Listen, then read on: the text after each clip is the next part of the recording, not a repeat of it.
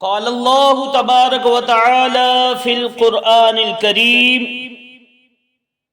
اللہ پاک قرآن پاک میں ارشاد فرماتا ہے، اِنَّا بَلَوْنَاهُمْ كَمَا بَلَوْنَا أَصْحَابَ الْجَنَّةِ إِذْ أَقْسَمُوا لَيَصْرِمُنَّهَا مُصْبِحِينَ وَلَا يَسْتَثْنُونَ فَطَافَ عَلَيْهَا طَائِفٌ مِّن رَّبِّكَ وَهُمْ نَائِمُونَ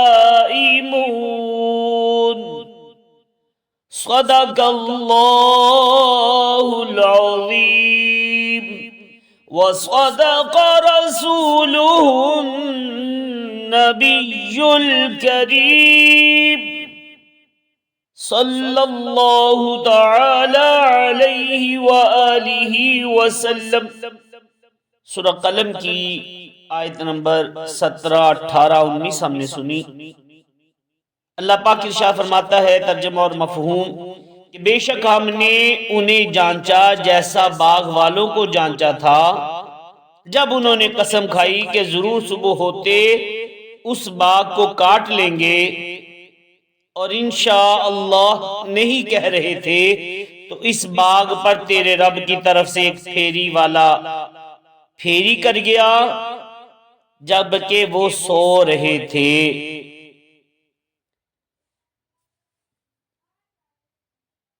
پارہ نمبر 29 سورہ قلم کی چند آیات جو ہم نے سننے کی سعادت حاصل کی ہے، ان آیات میں خوبصورت اور سبق آموز واقعہ بیان ہوا ہے۔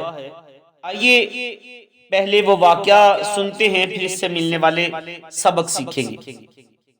علماء کرام ان آیات کی تفسیر میں فرماتے ہیں، یمن کا ایک شہر تھا صنعاء، اس شہر کا رہنے والا ایک شخص بہت نیک اور سخی تھا، اس کے پاس ایک خوبصورت باغ تھا۔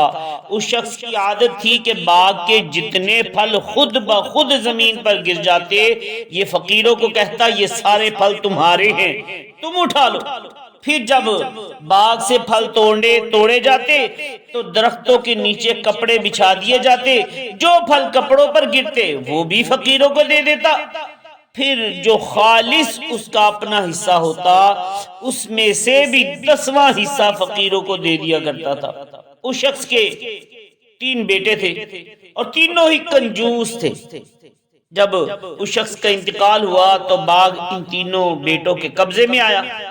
اب انہوں نے سوچا ہمارے والد اکیلے تھے، وہ اتنی سخاوت کر لیا کرتے تھے، فقیروں کو اتنا مال دینے کے بعد بھی ان کے لیے کافی کچھ بچ جاتا تھا، مگر ہم 3 ہیں، پھر ہماری اولادیں بھی ہیں، اگر ہم بھی اسی طرح سخاوت کریں گے تو ہمارے لیے پھل نہیں بچ سکیں گے، لہذا بہتری اس میں ہے کہ ہم اتنی زیادہ سخاوت نہ کریں۔ ایک رات جب باغ کے پھل پک چکے تھے، اگلے دن پھل توڑنے تھے، تو یہ تینوں بھائی بیٹھ کر منصوبہ بنا رہے تھے۔ کیا منصوبہ بنایا؟ اللہ پاک فرماتے ہیں اِذْ أَقْسَمُوا لَيَصْرِمُنَّهَا مُصْبِحِينَ، کہ جب انہوں نے قسم کھائی کہ ضرور صبح ہوتے اس باغ کو کاٹ لیں گے، یعنی انہوں نے آپس میں قسمیں کھائیں کہ صبح منہ اندھیرے لوگوں کے اٹھنے سے پہلے ہی باغ میں چل کر پھل توڑ لیں گے تاکہ فقیروں کو خبر نہ ہو اور نہ انہیں کچھ دینا پڑے۔ ان تینوں نے راتوں رات یہ منصوبہ بنایا، بڑے پرجوش تھے کہ کل ہم پھل توڑیں گے، مگر انہوں نے ایک غلطی کی۔ اول تو یہ کام ہی غلط کر رہے تھے، سخاوت سے منہ موڑ رہے تھے، کنجوسی کا مظاہرہ کر رہے تھے، اور کنجوسی کا نتیجہ ذلت ہی نکلتا ہے۔ اس کے ساتھ ساتھ انہوں نے ایک اور غلطی بھی کی، انہوں نے خود پر بھروسہ کیا۔ اللہ پاک فرماتا ہے وَلَا يَسْتَثْنُونَ، اور انشاءاللہ نہیں کہہ رہے تھے۔ یعنی یہ اپنے منصوبے کو لے کر اتنے پرجوش اور با اعتماد تھے کہ انہوں نے انشاءاللہ بھی نہیں کہا، اپنے منصوبے پر بھروسہ کیا، صبح کو جلدی جلدی اٹھنے منہ اندھیرے ہی باغ کی طرف چل دیے، اور راستے میں ایک دوسرے کو کہتے جا رہے تھے اللہ يدخلنها اليوم علیکم مسکین، کہ ہرگز آج کوئی مسکین تمہارے پاس باغ میں آنے نہ پائے، یعنی جلدی چلو آج ہرگز کوئی مسکین فقیر تمہارے باغ میں نہ آنے پائے۔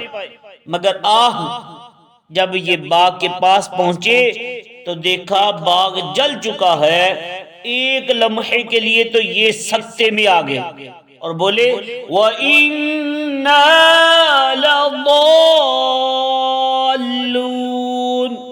کہ بے شک ہم ضرور راستہ بھٹک گئے ہیں، یعنی انہوں نے سمجھا شاید اندھیرے کی وجہ سے ہم راستہ بھٹک گئے ہیں اور کسی اور باغ میں آ گئے، یہ ہمارا باغ نہیں ہے۔ لیکن جب غور سے دیکھا تو یہ ان کا ہی باغ تھا۔ اب پکارے بل نحن محرومون، بلکہ ہم محروم ہو گئے ہیں، ہم تو برباد ہو گئے، ہم تو محروم ہو گئے۔ کسی کی سوچوں نے کب سراہا، وہی ہوا جو خدا نے چاہا، جو اختیار بشر پہ پہرے بٹھا رہا ہے وہی خدا ہے، وہی خدا ہے، وہی خدا ہے۔ تو یہ